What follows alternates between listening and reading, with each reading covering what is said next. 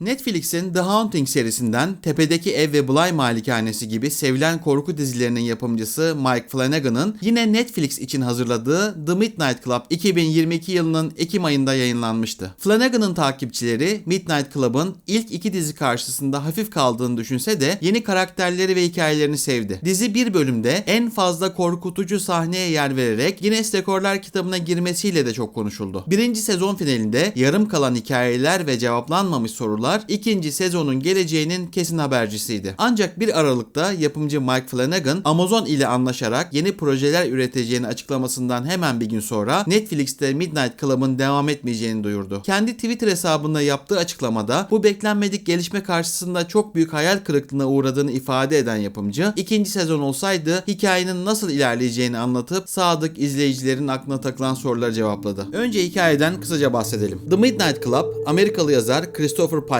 aynı isimli romanından uyarlanmış. Dizi, ölümcül hastalığa yakalanarak ömürlerinin sonlarına yaklaşmış olan genç insanların bir araya geldiği bir bakım evinde geçiyor. Bu tuhaf evin sakinleri her gece kütüphanede toplanıp sırayla birbirlerine korku hikayeleri anlatıyor. Dizinin her bölümünde bir hikayeyi dinleyip izlerken bir yandan da kahramanlarımızın yaşadıklarına şahit oluyoruz. Gençlerin birbirlerine verdikleri bir de söz var. İçlerinden ölüp giden herkesin diğer taraftan bir işaret göndermesini bekliyorlar. Zaman içinde ölüp gitmiş arkadaşlarından işaret beklerken bakım evinde korkunç ve doğaüstü şeylerle de karşılaşıyorlar. Sezon sonu itibariyle ne olduğunu anlamadığımız, ortada kalan birçok gizemi ve eğer yayınlansaydı ikinci sezonda neler olacağını yapımcı yönetmen Flanagan'ın sözleriyle sizinle paylaşıyoruz. Sezonun ilk bölümü Amesh'in hikayesiyle başlayacaktı. Hastalığı ilerleyen Amesh, işlerinde ölüme en yakın olanı. Amesh ölüme yaklaşırken onun Natsuki ile aşkına odaklanacaktık. Ilonka, Julia Jane tarafından kandırılıp kullanılmasının etkilerinden kurtulmaya çalışırken Kevin'a olan aşkı büyüyecek ve birbirine daha çok bağlanacaktı. Bir yandan Kevin'in de hastalığı ilerleyecekti. Ilonka, Kevin'i hayata bağlamak ve daha uzun süre yaşamasına yardım etmek için başka bir hikaye daha anlatacaktı. Bu da yine yazar Christopher Pike'ın Remember Me isimli kitabında anlatılan, balkondan aşağı itilerek düşen, sonrasında hayalet olarak uyanan ve kendi cinayetini araştıran bir kızın hikayesi. Bu hikaye 5 bölümde anlatılacak. Bu sürede Ilonka da ölümünün yaklaştığını fark edip bununla yüzleşerek kendi ölümünden sonra bir hayalet olma ihtimaline kaptıracaktı. Bu hikaye anlatılırken diğer hikayelerden farklı olarak hikayenin baş kahramanını izlerken anlatıcı Ilonka'yı değil, öte dünyaya uğurlamış oldukları arkadaşı Anya'yı görecektik. Böylece Ilonka kaybettiği arkadaşı Anya'yı bir hayalet olarak dahi olsa geri getirmiş olacaktı. Beni Hatırla hikayesi anlatılırken paralel olarak Amesh giderek kötüleşecek ve kaçınılmaz sonla yüzleşecekti. Ölümünden hemen önce odasında ilk sezonda tanıdığımız Hizmetli'yi görecek, Hizmetli Amesh'e rahatlatıcı bir şeyler söyleyecekti. Son anlarında gizemli gölge gelerek Amesh'in üzerine inecek ve Amesh ölecekti. Böylece gölgenin ölüm olduğu düşüncesi pekişecekti. Grup Amesh'in kaybıyla baş etmeye çalışırken bakım evine yeni bir hasta gelecekti. Bu kişi Ilonka'nın oda arkadaşı olup Anya'nın yatağına yatacaktı.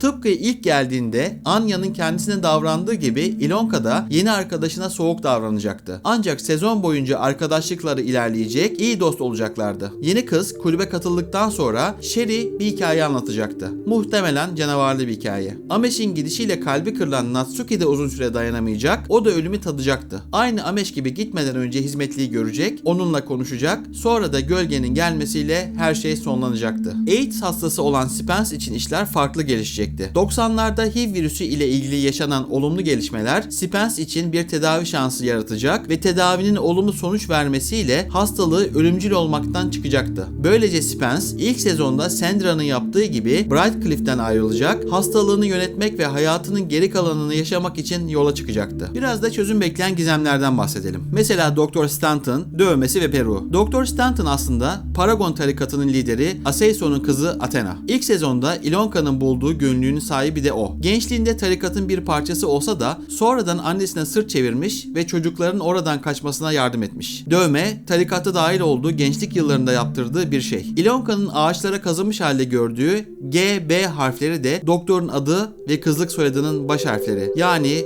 Georgina Ballard. Georgina zamanla annesinin dönüştüğü kişiden ve tarikatın vahşetinden iyice nefret etmiş. Annesinin gidişinden sonra malikaneye alıp hayatı kutsayan bir yere dönüştürmek istemiş ve bakım evini kurmuş. Bu arada ölümcül hastalıklarla başa çıkmaya çalışan gençlere yardım etmeye çalışırken kendisi de kansere yakalanmış ve o da hastalıkla mücadele ediyormuş. Kullandığı peruk da kemoterapi ile saçlarını kaybetmesi yüzünden. İlerleyen bölümlerde o da tedavi olacak ve hastalığı yenecekti. Sezon sonunda önce Kevin, ardından da Ilonka ölecekti. Ilonka ölürken hizmetli ile konuşacak ve bir şey fark edecekti. Onu hastalardan başka kimse görmüyordu. Ölmeden önce yanlarına gelip onlara şefkatli sözler söylüyordu. Aslında gölge ölüm değil, hizmetli ölümdü. Peki gölge neydi? Gölge fikri içinde Beni Hatırla hikayesinden ilham alınmış. Ölüp hayalete dönüşen kızı da hikayede bir gölge takip ediyormuş. Çok korkmasına rağmen gölge onu yakaladığında aslında korkacak bir şey olmadığını anlamış. Gölge herkesin kendisiymiş aslında. Hayatlarının son anlarında yüzleştikleri ve kendilerini diğer tarafa geçişi hazırlayan bir kavrayış anıymış. Herkes bu anı farklı yaşıyor. Mesela Anya gölgeyi gördüğünde kendisi için alternatif bir yaşam hayal ediyor ama orada da mutlu olamayacağını görerek ölümü kabulleniyor. Kevin ve Ilonka da ölürken gölge ile buluşuyor ve dizinin son gizemi de çözülüyor. Katarak kadın aslında Kevin ve aynı adam da Ilonka'ymış. Daha önce eski bir gazete küpüründe gördüğümüz adam Brightcliff malikanesini inşa eden Stanley Oscar Freeland. Yanındaki de eşi Vera'ydı. Stanley hastaydı. Yavaş yavaş ölüyordu. Deniz havasının faydalı olacağı umuduyla uçurumun kenarındaki bu evi inşa etti. Bu plan işe yaradı ve umduğundan uzun yaşadı. Ancak sonrasında karısı da bunama hastalığına yakalandı. Koridorlarda dolaşıp kocasını arıyordu ve yemek yemeyi unutuyordu. İşte bu yüzden koridorda sevgilim ya da çok acıktım diye dolaşıyordu. Hastalığının sonlarına doğru da Bodrum'dan ayrılmak istemiyordu. Stanley bununla başa çıkamadı ve karısının Bodrum'da rahat edebilmesi için duvarlara orman, tavana da gökyüzü resimleri çizerek boyadı. Hastalığının etkilerini azaltacak bir yöntem olarak yere bir labirent çizdi. Karısının bu labirentte yürümesi hastalığına iyi geliyordu. Tüm bunlara rağmen Bodrum'da sürekli yaşaması zamanla karısının gözlerini hasta etti ve gözlerinde korkunç kataraklar oluştu. Ancak ikisinin aşkı hiç bitmedi. Onlar ruh eşiydi. Ölümden sonra her yaşamda birbirlerini yeniden bulup bir araya geldiler. Bu yaşamlarında Ilonka Stanley'nin, Kevin de karısı Vera'nın ruhunu taşıyordu. O yüzden Ilonka aynaya baktığında Stanley'e, Kevin'a baktığında da katarak kadını görüyordu. İlk karşılaşmalarında Ilonka'nın Kevin'a "Seni tanıyor muyum?" diye sorması, birbirlerine tanıdık gelmeleri de bu yüzdendi. Gördükleri bu iki yaşlı insan aslında hayalet değil, geçmiş yaşamlarından kesitlerdi. Ilonka ölmek üzereyken gelen gölge ona kendisini ve Kevin'in kim olduğunu hatırlatacaktı. Ilonka korkacak bir şey olmadığını görecek ve sevgilisiyle başka bir hayatta buluşmak üzere bu dünyayı terk edecekti. Sonunda bu hikayeyi kütüphanede anlatan Sherry'i ve masada toplanmış yeni gece yarısı kulübü üyelerini görecektik ve dizi bitecekti. Tüm bunları öğrendikten sonra ilk sezonu tatmin etmeyen ve sonu havada kalmış gibi görünen diziye keşke ikinci sezon şansı verilseydi diyoruz.